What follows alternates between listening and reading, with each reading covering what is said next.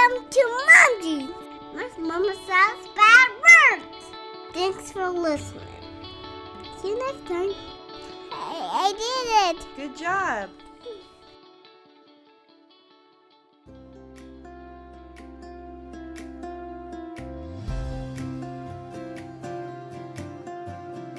Finding the right jeans is hard. Accepting your jeans is even harder. Whether you wear boyfriend or bootcut, high-rise or low-rise, this podcast will teach you to love the jeans you're in. I'm Rachel. And I'm Tina, and we're going to use modern research to bust diet myths and get real about body after baby. We're going to take you on a journey of unpacking your old beliefs about food and weight so you can learn to nourish your body and raise body-confident kids. So put your booty in a chair and let's talk mom jeans.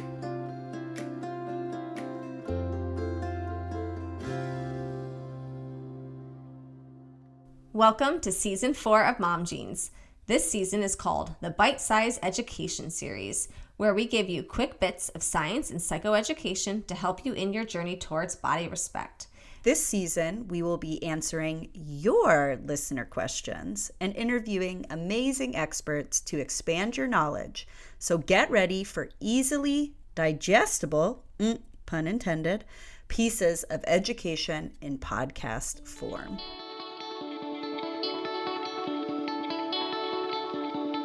Welcome to this week's episode. We are diving into postpartum depression, into mental health, into self-care for parents. So we are excited to give you a two-part episode this week. Tina and I are going to chat today and answer a listener question. And then later on this week, you'll hear an awesome interview. So Tina, we got some questions about this topic. Do you want to read one of our listener questions? And then we are going to dive in and answer it as best as we can and give you all some information. Yes. Here we go.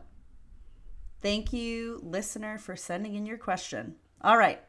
Dear Mom Jeans, I have struggled with being overwhelmed, exhausted, and feeling stuck in my new phase as a mom with 2 young children. I feel like the world is passing me by, and each day I am just trying to survive. I want to learn to thrive, but the things that will make me feel alive are the self-care hobbies, like I miss my book club, or activities, I miss my yoga, and behaviors. I just want to sleep and cook a decent meal. Snaps to that, right? They just don't feel feasible. How can I practice self-care even while I am struggling with what is probably postpartum depression? Love, exhausted mama. Ooh. I Help, feel you. right? I feel it. I feel it in my bones. I don't know about you. I feel it in my bones. Yeah, I think this is such a great question because it talks about the conundrum that we all face as parents, that fine line between who are we now and how do we raise our kids and how do we do this? How do we do it all? It is so overwhelming. I don't know about you, but nobody told me how hard it was going to be, right? I feel like when I got pregnant for the first time, everyone was like, yay, this is going to be amazing. Like, how do you feel? All this stuff. And then it's like, no one really sat me down and was like, boo, are you ready to get into some shit? You're about to enter into the hardest phase of your life. And yes, it's beautiful, but it's also very dark and scary and sad and hard. I feel like, Rachel, you are continuously the only one that tells me, like, Tina, it does not get better right now, okay? You are in it. We are all in it. And, like, Rachel's the Debbie Downer of my childhood, my parenting life. But, like, guess what? I need that. I need I'm it. a realist. The cup is half empty. Whenever I see people pregnant with subsequent children, I'm always like, good luck. Like, I hope you're going to be okay. Because, like, it's so hard. No, I mean, congratulations. But it's because there's still a stigma. There is. And like, Yeah. Okay, this season, yes, I am pregnant in this season. We've already disclosed that. We've talked about it, whatever. And I feel like now I'm in the phase of like, I have to tell my clients, and I am telling my clients. They're not going to hear about it on this episode, but whoops, no, they won't. And everybody I tell is like, congrats. They're like, this is on purpose, right? And I'm like, even if it wasn't on purpose, like, yes, there's this beautiful joy and also this like, I know what I'm getting into.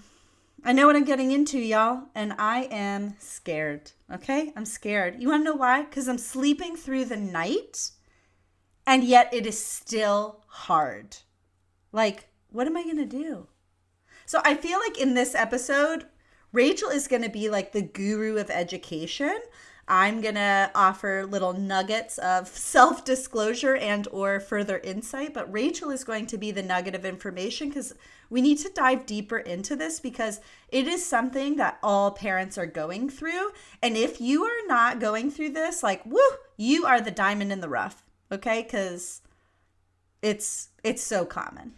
All right, Rachel here. So I am going to try to answer as many questions as I can that Tina has, or based on this listener question, based on just personal experience. I have 3 children, 4 pregnancies, and when my third was born, which was an unexpected pregnancy, my oldest was not even 5 yet. So it was quite a doozy of a time period. As a result, I did suffer with a lot of postpartum depression and a lot of struggling to find help. And I was a therapist and I still didn't know how to figure out how to get the help and the support. So it's definitely made me an advocate for this topic. I actually went back and did a certification from Postpartum Support International, PSI, which is a great resource that we will link for maternal mental health. And so I'm really passionate about trying to kind of bring this into my work as much as possible. So I think normalizing postpartum is the number one thing that we all need to do. And I think that's somewhat why I'm a realist, because Tina, I hope you don't struggle, but if you do, you know that I'm a safe person to call, I would hope now, because I have not sprinkled too much confetti, like congratulations and call me when it's hard.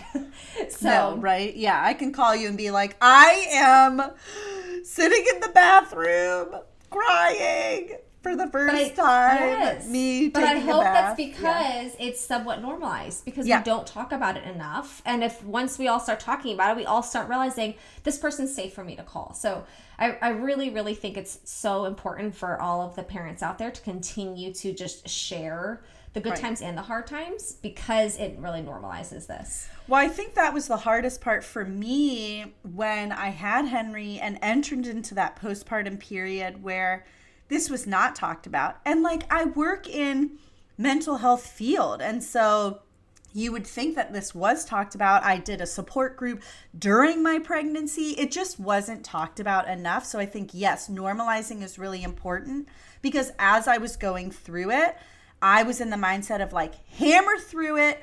This is normal. You shouldn't feel this way. Like, you're just tired. It'll pass. And like, no. That's not actually healthy, and it actually was really harmful to me. It was harmful for people around me.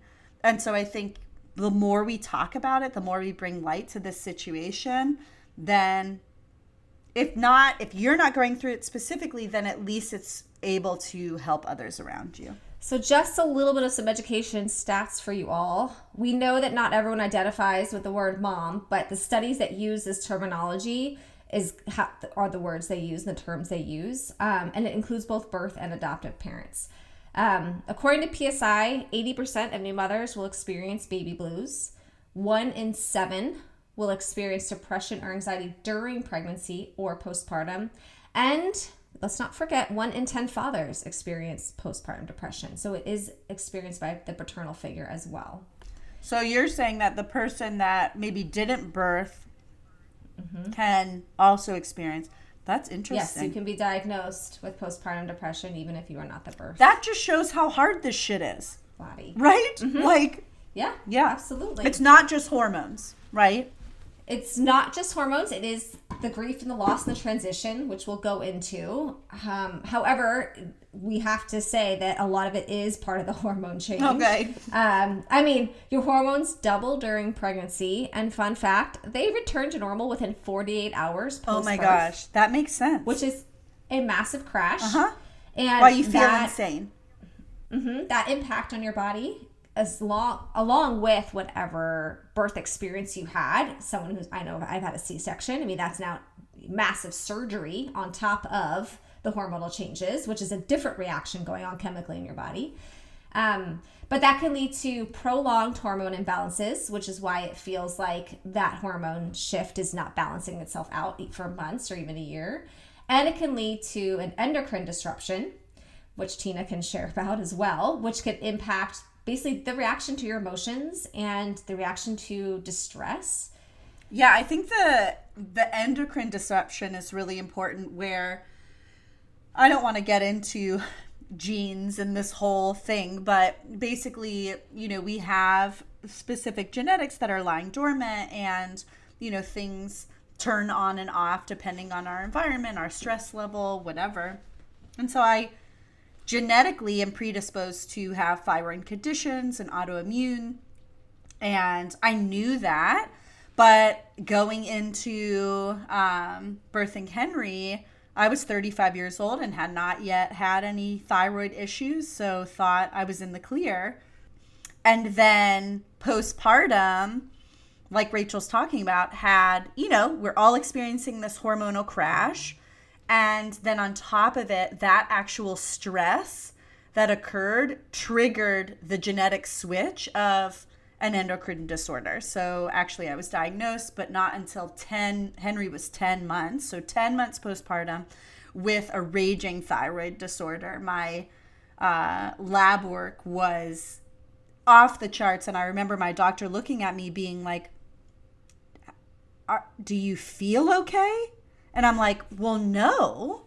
And he was like, your TSH is at a level where you should not be functioning appropriately. And I'm like, oh, I'm not functioning appropriately. I just thought this was normal, right?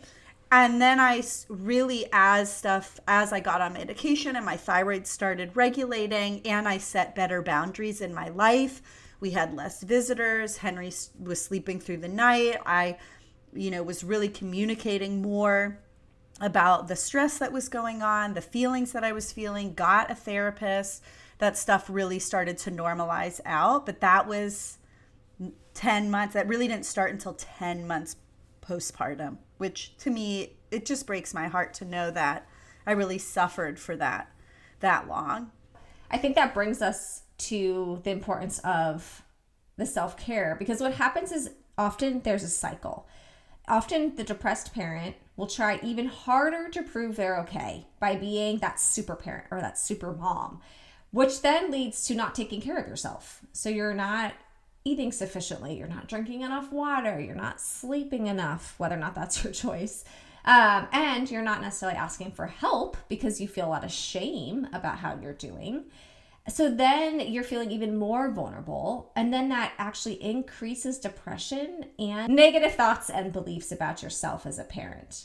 So I think that whole cycle, you got to figure out exactly where we start breaking that cycle, whether it's the medical side or whether it's the self-care side, but it is a cycle that needs to be looked at in multiple different spaces. I think it's so hard because it's like, what if you don't have another option? Right? Like, what if it's like, what if your partner is just really disconnected? Or like in my situation, it's like my husband will do whatever I need if he's around, right? If he's in town, not working, whatever. But I have to ask him, right? And so a lot of the time I'm like, I don't want to ask. I just want you to do. But his argument is, I don't know, because you're alpha, basically. Like my life, my career doesn't really allow it. So I feel like no matter what, I'm constantly in that role as alpha, the overachiever, that I have to do it all. And then you're right. As a result, you kind of lose yourself, right? You lose yourself. You lose self-care. Like I don't need bubble baths. I need to be more connected to myself internally. I need more quiet time for me. And I don't really see that happening for 18 years. I don't know. Help me. Well, I think that brings us back to the listener question, which was, I feel like I'm just surviving and not thriving. Not thriving. And I think I think the biggest, it sounds like it's not helpful, but it is somewhat helpful is realizing that this will not last forever. And this is not going to necessarily be your reality forever. This is a really acute phase, that first year especially, maybe a little bit longer than that.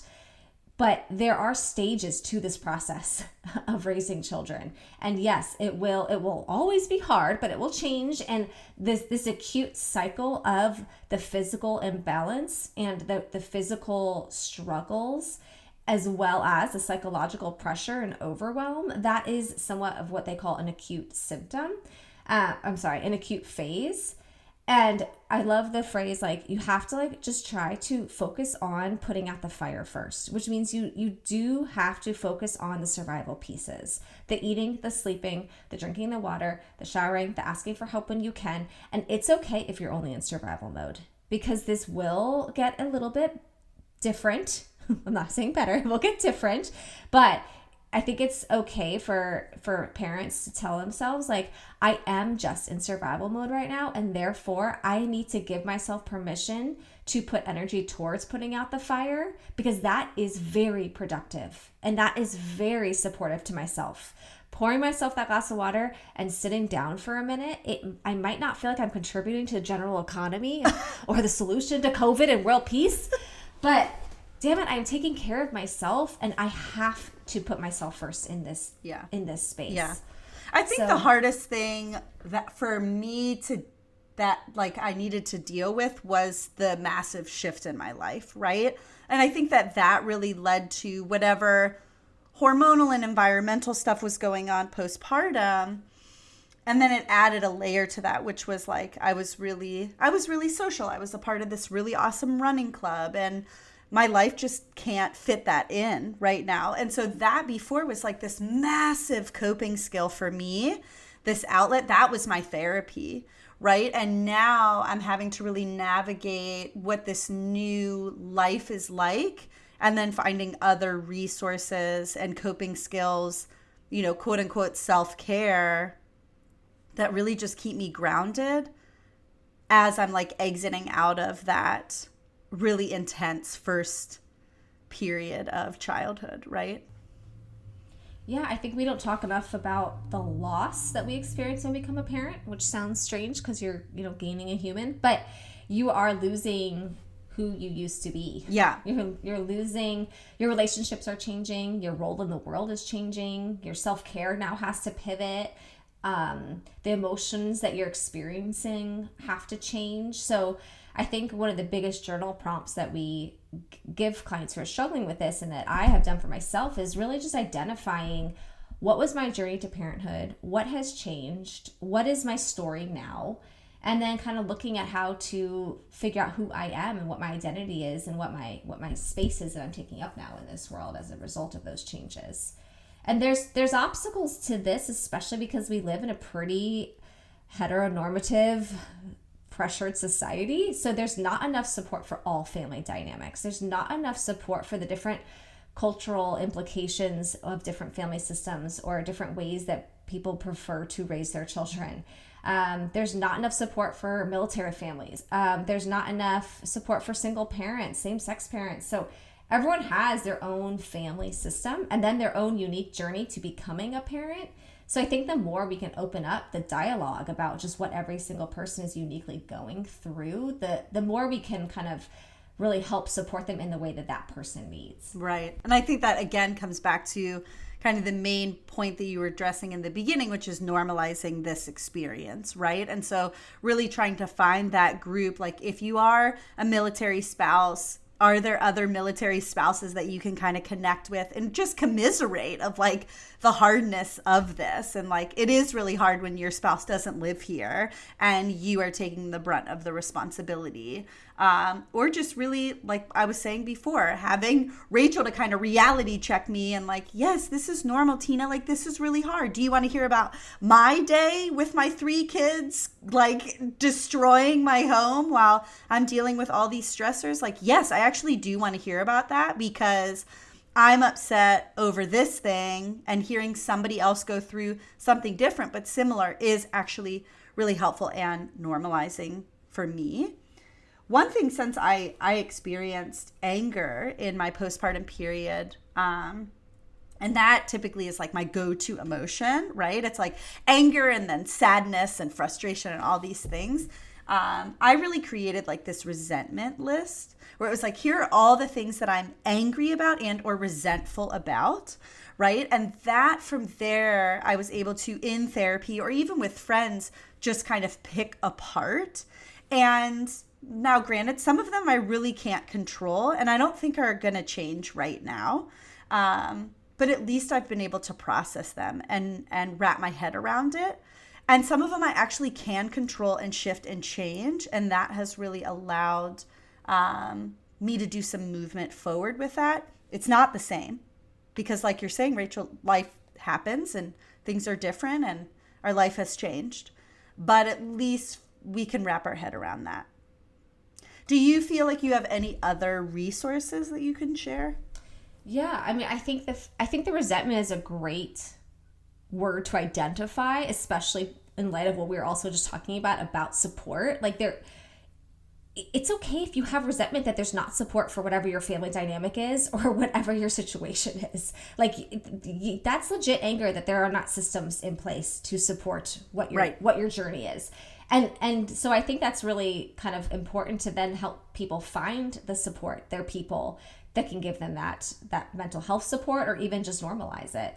I mean, one of the biggest ones is PSI, Postpartum Support International. The website's www.postpartum.net. And from there, you can also find a lot of different resources.